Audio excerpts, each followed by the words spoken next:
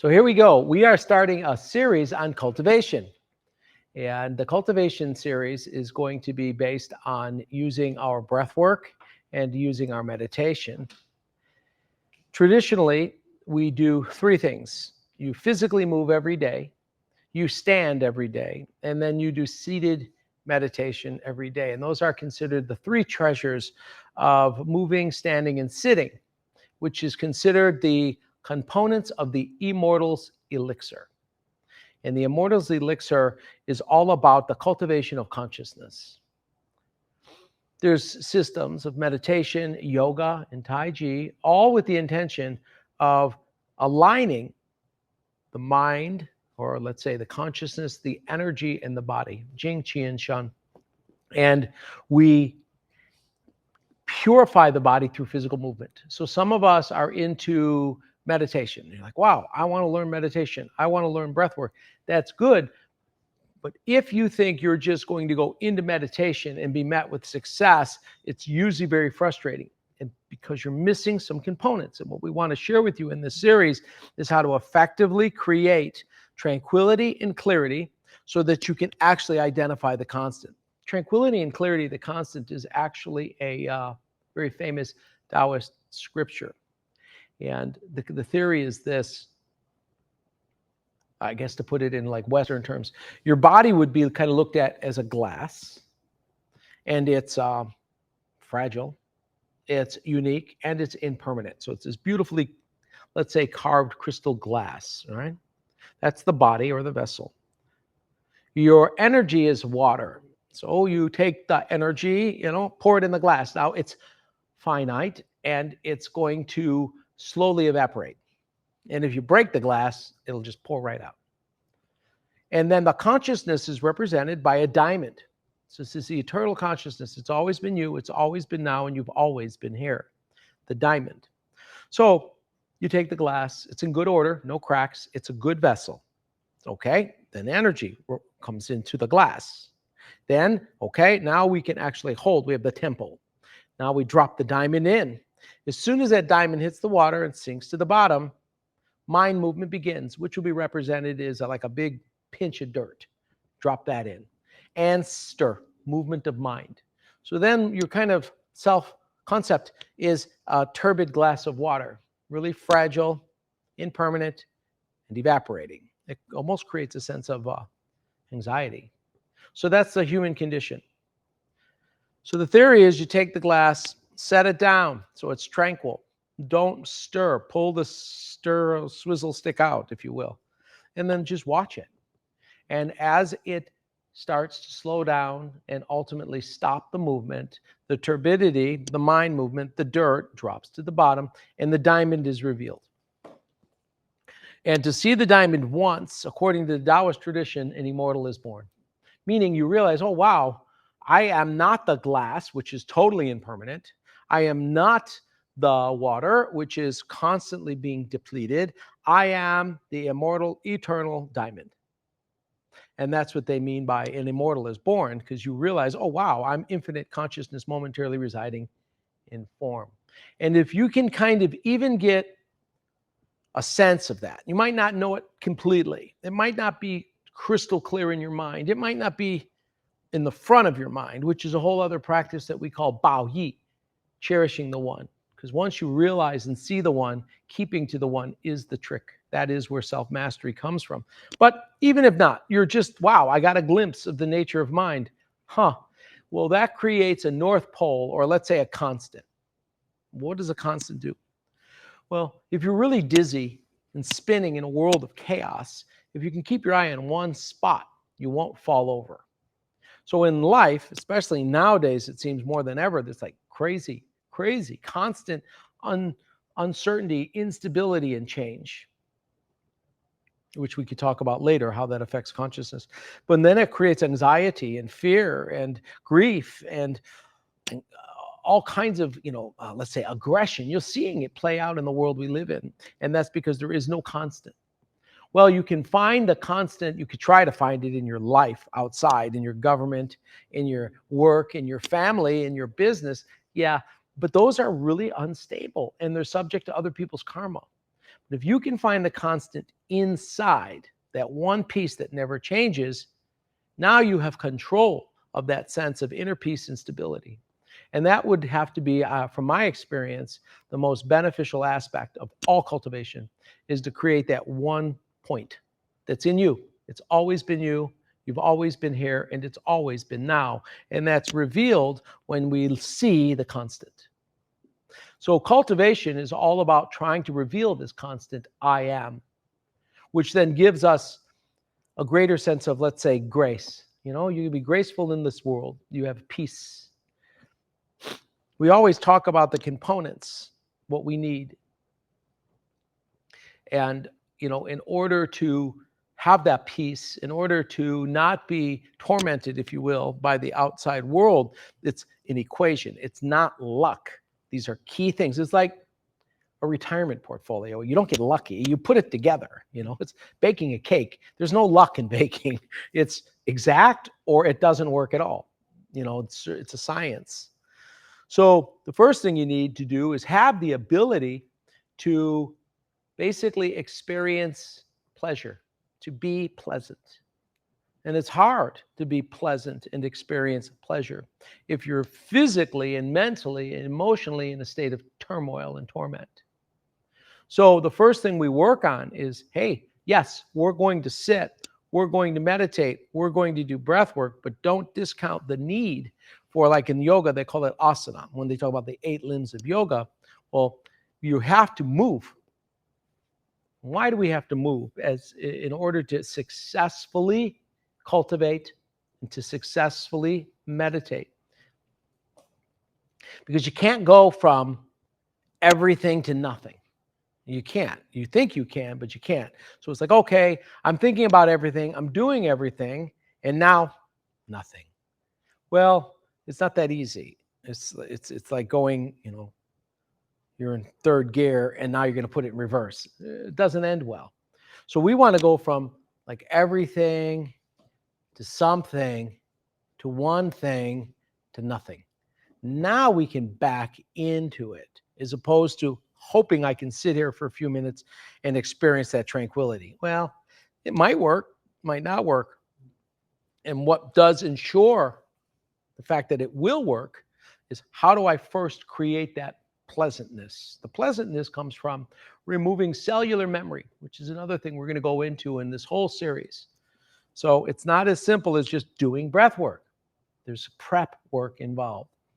So clearing cellular memory is a lot to do with physical movement. Now, you might not have a practice. Some of these people don't have practice. Well, then walk, hike, especially up and down hills if you have a park or mountains. Maybe you do yoga. Maybe you do Tai Chi. Maybe even do, I don't know, PX 27 or whatever those things. They have all of these work. I don't know, whatever your bag is, but move. Why?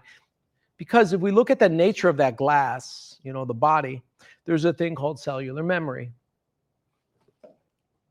And as you go through your day, you experience these emotions.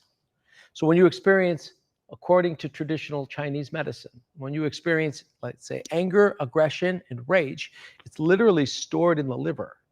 Okay? The peptides, the cellular memory in the liver. Okay. You experience anxiety, it's stored in the heart. You experience fear, it's stored in the kidneys. Worry in the spleen, and grief in the lungs. So you go through this day and you experience grief, and it's all there, and you cope with the situation. And it's like cleaning up the mess in aisle 4, if you will, and now you got this dirty washcloth called your lungs that just cleaned up grief, and your liver that just cleaned up aggression. Well, it's there. And now you're going to try to sit. And all of a sudden, it comes to the forehead screen. These emotions bubble up, false thoughts and imputations. They're not coming from nowhere. So then your mind is being, let's say, tormented by this data and its images. And the images create inner commentary. You see the image, you start talking about the image in your head. And then it gets worse. If the images are consistent and loud enough and disturbing enough, you'll say them. So now it went from an image to a word. And now it's going to get worse. You'll do it. So now it went from a thought to a word, to an action. So that's how this turbidity happens. So when we work out, whether again, ride a bike, I prefer Tai Chi or yoga or something like that, whatever your background is, clear it out. It's like wringing out because you're twisting, you're turning, you're lifting. Something to consider.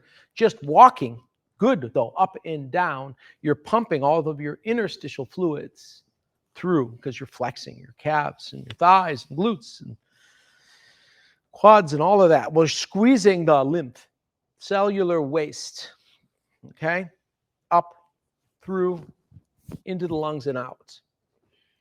You're removing the crazy that's stored in your body because you're doing something. You're applying yourself. Again, one of the observations I find interesting is if you look at anytime someone talks to God in the book, like the Old Testament and things like that, they always have to climb a damn mountain or go out into the desert. Something that's going to be a stressor, that's going to put them through something, that's going to create like a cleansing. Because to walk up to that mountain, by the time you get to the top of that mountain, you pumped everything out. Whatever crazy you had in the valley, it's long gone by the time you get to the summit. And so that's how then you can see clearly.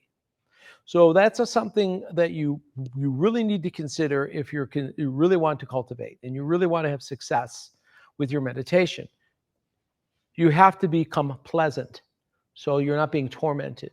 And until you're pleasant, you won't be peaceful because you'll be kind of anxiety ridden. People bounce their legs. They do all. They smoke their cigarettes. They whatever they can do to stop the crazy show in their head. There's no inner peace whatsoever. But you have to be pleasant. You have to be able to experience pleasure before you can be peaceful. Then you can drop in. Okay, so that's something we have to consider when we start our journey in personal cultivation. Once we get to the point where we've done that, now we can work on, okay, I'm going to sit. So let's talk a little bit about sitting because I know everybody here is interested in cultivation. That's why you're watching this. You can do it many ways. You could sit in a chair. You can do this lying down. I get it. But if we can sit like a mountain, you'll automatically tell your body it's okay. So what do I mean by that? Well, when I'm sitting here right now, there's a few key things that I'm doing very deliberately. And number one, you can make the big investment and get yourself a silly yoga blanket, okay? And you sit on that yoga blanket with your sits bones so that your tailbone is as high or higher than your heels. That's going to take a lot of unnecessary pressure off your hips and knees because the sitting is imperative. Now, if you can only sit in a chair, that's great too. Sit on the edge of the chair with the bottoms of the feet, kidney one, they call it. These are acupoints, grounded so that you're stable. And make sure your knees are wider than your shoulder when you sit there. What does this do? Well, so I've got my tailbone in. So we're getting set up for this whole process, okay? And every time we sit and meditate, we set our body up so it's conductive. So the tailbone is grounding right now into the earth. It's a Hoyin is the name of the point, okay? It's basically at the perineum. And then sometimes it's hard to get your legs in like this. So what I recommend initially is you set yourself up, take your left heel right here and bring it to your pubic bone, technically your perineum, to lock. So the gate of life and death is plugged, okay? And notice though, bilaterally, right there, you can look this up, ST or stomach 36, Zunali, it's right here. These are two little points. Okay, so I've got the Hoyin grounded. Then I take this one and it's grounded. And that might be all you can do right now. And this is cool too, this will work. And then it's like, okay, the pressures. Now this one, I see too many people like this. You're not going to have a lot of success meditating like this. It's terrible. So you got to drop it, okay? Like let your body drop in. Get this grounded. Then take the other one and put it right near your shin. Don't try to go all full lotus so that you could if you can do it comfortably. Now stomach 36, and Hoyin are grounded. Positive, negative, neutral. I've just plugged into the earth, like plugging into an outlet. And the earth has this, the three. That's right. Neutral, positive, and negative. Drop in. So now there's this ascending electromagnetic pole coming up like this from the earth. And we know this. Now, in the old days, it was just like magic, oh, earth chi is coming up. Well, no, we just know it's an actual phenomenon and there's an electromagnetic pole. And we're grounding into this thing because often we don't. So, okay, I've just grounded. This is good. I'm not feeling as unstable. If something is unstable, it's turbid. If something is stable, it's tranquil. So I'm physically, my knees are wider than my shoulders. Okay, I'm creating the most stable structure on the planet, a pyramid, right? Head, shoulders, knees. Now, if I sit like this, we're hacking into the sympathetic, parasympathetic nervous systems, right? We're telling the body, hey, this is not fight or flight. This is rest or repair, replace, restore. So automatically, you drop in. The mind will slowly become more quiet. Now, don't get me wrong. If it's uncomfortable, it'll take time, but ultimately the mind will become more tranquil. So here we sit. So this is setting me up. Next step. By waypoints, like the opposite point of Hoyin, by waypoint, right at the top. Take your fingertips, touch the tips of your ears, reach straight up, right where they meet. That's the point. So don't sit like this, sit like that, so that the spine is lifted. Chin is slightly down like you're squeezing an apple. Shoulders drop.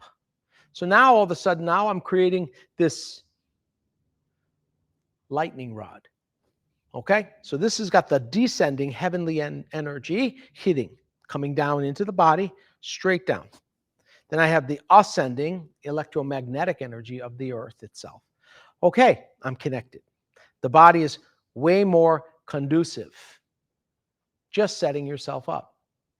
A lot of times, that's why, again, in yoga and in Bhagwa and these Oriental cultivation arts and stuff, they make you do it because you have to sit there sometimes for 2 hours. And the average person, it's really painful. So they do all the work on the joints and they make sure the meridians themselves, the nadis and marma points, whatever, are open so that you're not experiencing, oh man, my legs are falling asleep, or adhesions because my body's in the wrong position. So getting the body conducive is really, really important. So we have this setup. That's like the first step. Hands. There's so many mudra that we can do with the hands, okay? What I recommend, the easiest one is simply take your thumb and touch the finger, right? Like that. Like, okay. Well, what's happening is we're grounding the metal element. Later we'll learn maybe about the large intestine lung meridians. But that's metal is obviously highly conductive to electric. Well, electric is considered the heavenly energy, so we have this conductive posture. Okay? You could sit like that. If that's uncomfortable, just sit like this. Sit any way you want, for that matter. But if you're looking for, what do I do with my hands? That's a basic way. Palms up, like that. So just getting the sitting posture is important. Another piece of advice as we start our journey, because this is going to be, 6-part series on how to do this. So we're going to go into setup. Try to spend at least a half hour a day on the ground. Okay? Because it's like, oh, I'm meditating, so I'm in this awkward situation where I'm sitting on the ground. No, it's got to be natural. It's kind of like a conversation with someone you love, someone you really know. It's just natural. Whereas if it's like an interview or, I don't know, first date or something, you're all weird and awkward and don't know what to say, and you snort when you laugh and you do all the wrong things, right? It's terrible. Well, we have to have a natural relationship with this experience. So what I always recommend to my clients is, hey, spend a half hour a day on the ground. You'll live longer because just the physically being on the ground is excellent for your body. B, it drops you in and grounds you nicely. And in this case, C, it becomes something you're just familiar with. You'll sit like this anyways, and when you're on your device or eating a meal, reading a book, watching a movie, or talking to someone. See if you could spend more time sitting on the ground. Go home, burn your chairs, sit on the ground. Not the most practical advice, but you see what I'm saying? Try. Set up a little spot maybe in your living room or whatever. Make a cloud, as we call it, a comfortable pad or something that then, sit on the blanket, elevate. This is where I sit. This is my safe zone. This is my comfort. This is my magic cloud, whatever you want to call it. Your throne. Who cares? Do something. But make it, yeah, this is where I sit and I like it here. And as soon as I sit here, I know everything's okay. It's like this is when my ritual to become tranquil, to relax, to be pleasant, to be peaceful. So that's like really a key piece is find your throne, if you will. Okay. It'll take time, but after a while, you won't, it'll be more natural. And ideally, you'll be like, look, I know when I sit, that's when I'm regaining. It's almost like you're going to sleep. Okay. Sitting is a very important piece of this whole process. So we've lined ourselves up. 1, 2, 3, lift the head and set.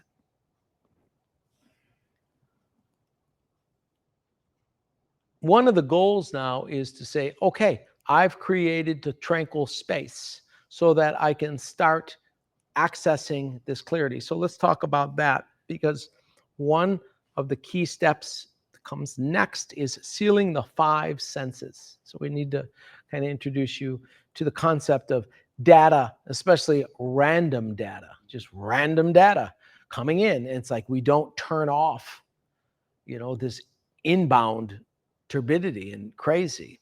So what you see, you look at it and it creates all kinds of inner commentary. So we really need to close that. They call that sealing the 5 thieves, because they take energy from you. Seal the 5 to activate the 6th sense, the sense that's aware of the 5, and all your work is done. So no eyes, they say. When we do the no eyes, what you want to do is, what I find, if you close your eyes, you can still see images. So that doesn't work too well, because now all that, remember we talked about the cellular memory and the story that you stored from earlier that day, it's playing on your forehead screen. So if we can seal the eyes, and how do we do it? There's a trick, okay? We establish the bamboo slits. So your eyes are barely open where you can't really see anything outside. But there's enough light coming in that it burns, it creates like a white, burns out the forehead screen. There's too much light. It's like when you're trying to look at your phone in the sun and you can't see it. It's like that idea. So not closed, not open. If they're open, you're randomly looking around. Don't do that. If they're completely closed, guess what? Inner vision is tormenting you. So the first step is use the 2 bamboo slits. The eyes are barely open. And try, and this is an interesting thing, because you can also, if you get good at this, you don't even have to close your eyes. And this is called the gazing method, where you take your right eye and look at your right ear. You take your left eye and you look at your left ear. And what happens is, give it a try, you're not looking at anything. It's like you're just looking through. You're daydreaming. You'll notice that when you daydream, you're like that. During the day, we're like this. We triangulate. We're constantly measuring the distance between, that and what we want to kill, I guess. Or, it's like, haha, and eyebrows are down. And the energy is just pouring out right here because you're looking. And you get fatigued and you'll literally go, oh, God. Right. Because you're just pouring all the energy out of the forehead, the third eye. So no, open it up. Right eye, right ear, left eye, left ear, and just chill. Very important piece, okay? So no eyes. In other words, no data gathering. The sensory organ of the eyes is now turning off the outside world. We're not being tormented by involuntarily taking in random data. Turn it off. So you start eyes barely open and then just kind of look to the side. And that's how we start no eyes. No tongue. Okay, so we're working on getting set up for our cultivation. So this class is just going to be, how do we set ourselves up? We're not even going into the meditation yet. We're going into everything we need to create an environment conducive to tranquility and clarity. No eyes, no tongue. No tongue. So the tongue's on the roof of the mouth, right behind the teeth. No tongue meaning no inner dialogue, no inner commentary. Well, and obviously no speaking, right? You're not going to pick up the phone or talk to your cat or something. No tongue. Don't talk. Okay? No eyes, no tongue, tongue on the roof of the mouth, no inner commentary. So when you're sitting there, and if you find yourself talking about, oh, wow, this feels weird looking at my right eye, my left, no, no tongue, no inner commentary, no voice, internal, external, no eyes, no tongue, no mouth. So you'll notice that people have what they call the resting bitch face, right? It's the downward frown. Because they're kind of unconscious and it's actually showing you how they feel. It's not a good look. So what we want to do is, do you remember how we took the right eye and looked at the right ear and the left eye and the left ear? Well, the same thing. You take the right corner and lift towards the earlobe, left corner, broaden and lift slightly. It's the Buddha smile or the Mona Lisa smile.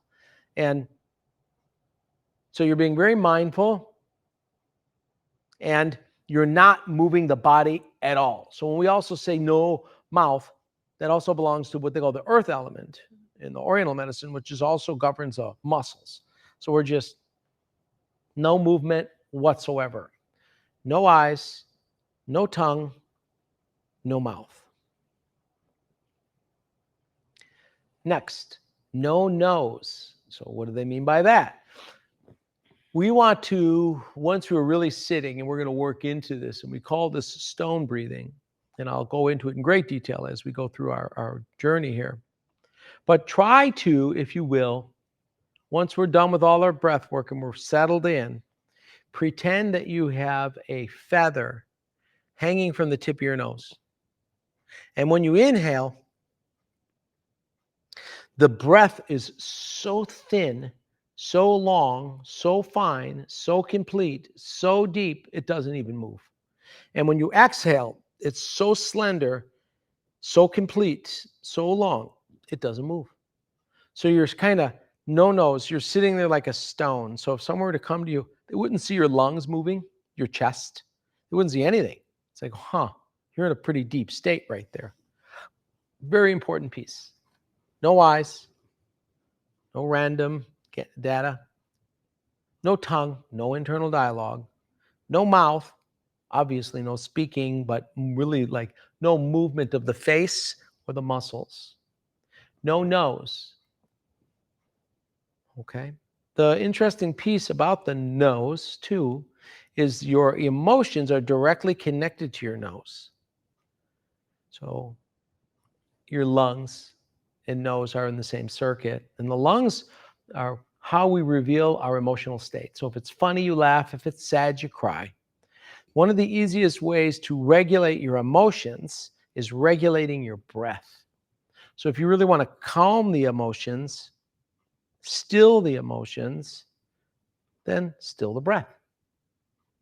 No eyes, no tongue, no mouth, no nose.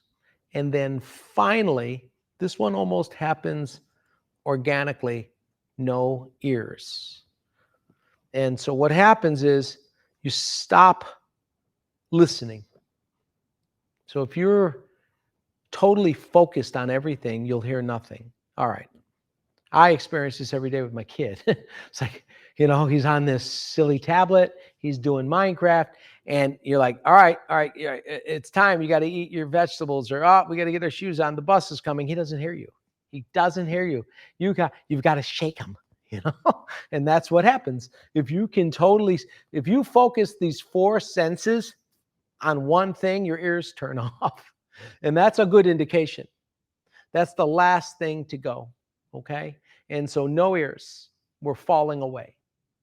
That's how we set ourselves up. Correct posture.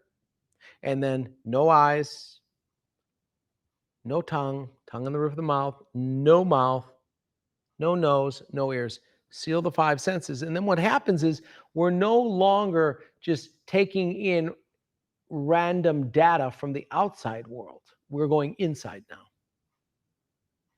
And what happens is, even though you've turned off these five senses, you still exist. Because what are you left with? This sense, the sixth sense, the sense that's aware of the senses. Now we're getting closer to the eternal observer, not the random outside world and all the crazy data that comes with it, and all the false thoughts, imputations, and stuff that you think is you and you think is your life. You're not the stuff. You're aware of it. There's an I amness that's aware of it. What is it? Descartes. I think, therefore I am.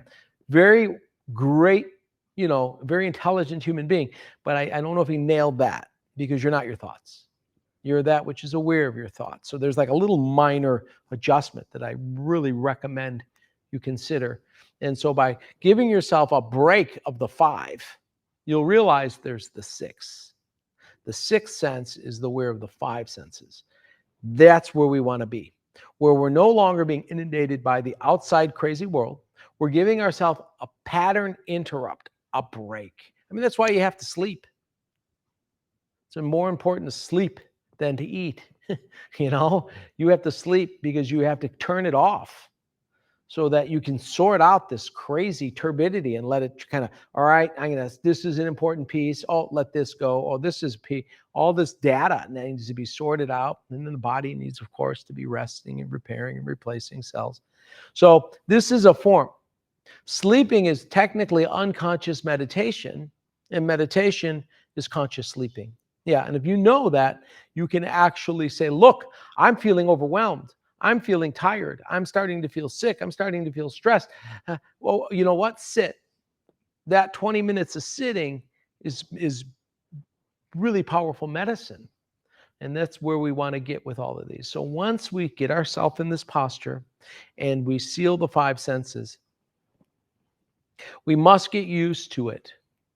And I recommend when you sleep, and this is what we're going to kind of finish with today, but when you sleep and when you lie down, that's what you do. No eyes, no tongue, no mouth, no nose, no ears. Just turn it off. Like mindfully, like remind yourself to take these senses and power them down. All this data, outside world gathering info, turn it off. And then let your body just kind of drop in and just be aware of awareness. And that's a real powerful one. I use it a lot with clients to help them sleep. And that's called sealing the five to activate the sixth.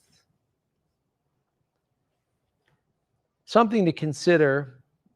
I'll get a little heavy on you now because I know that wasn't heavy at all, was it? Okay.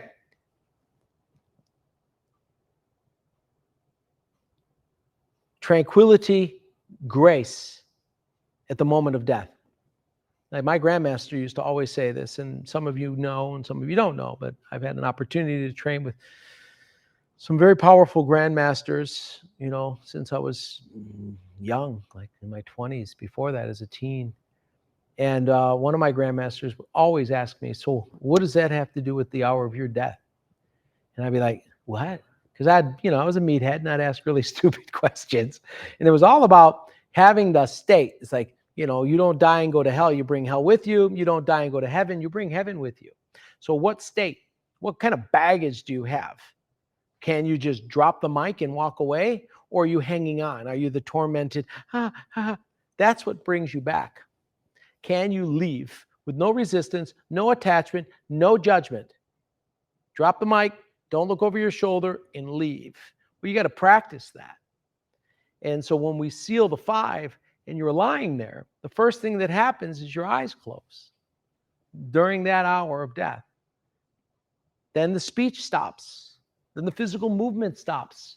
The breath stops. And the last thing to go is the hearing. So you practice taking off the body every day and regularly. Every day and regularly. You're familiar with shutting it down. Very important piece, so that you're not experiencing the trauma of what? No. That's, very important piece. You can research the Diamond Sutra speaks into that, that the whole thing is about that, sealing the five. So every time we meditate, we're kind of like getting used to kind of ejecting the consciousness out of the body and still existing outside of the body. So it's very heavy, and I get that. But what that does is it creates space. The world gets kind of crazy, and you got to passionately get involved because we're here for a reason, and show up, play hard. But at the end of the day, it is a game. And at the end of the day, you are an observer. So creating the space between your life situation, your story, and you. And so every time we do this, we want to go into a state of nothing, no memory, no future, no past, just now.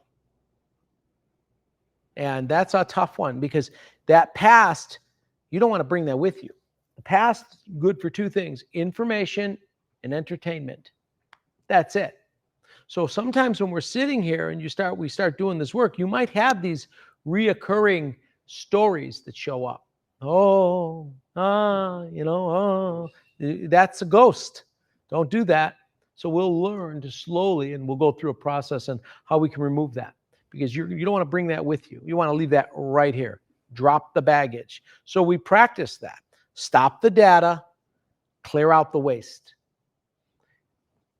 As we go through this process, you will be introduced to this is all based on the Donghan Taoist clan. This Korean Taoist is based on Oriental medicine.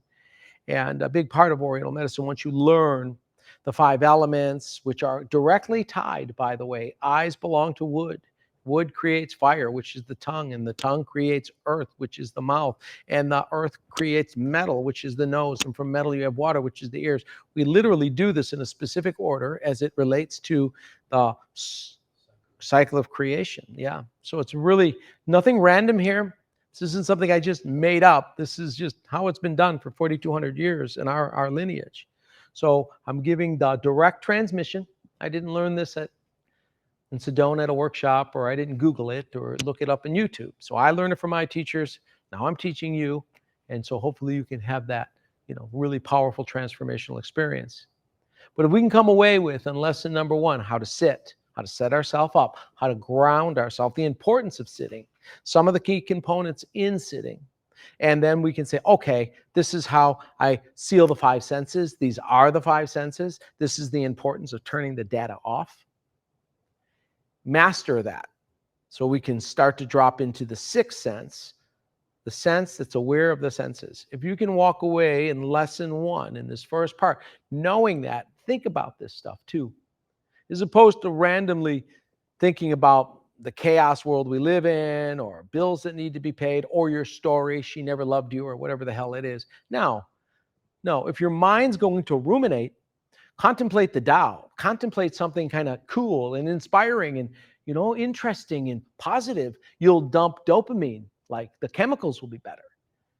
Very seldom does the mind wander into a good place, left unattended. Very few of us just sit around with inspiring thoughts. So then you have to train your mind and now think about that. And so if you're like studying this and you're really trying to figure it out, then you're going to start looping, because that's what the mind does anyways. At least you're using the mind's random, I want to stay on and toil, in a positive way. You're like, okay, if you're going to sit here and keep churning, churn on this.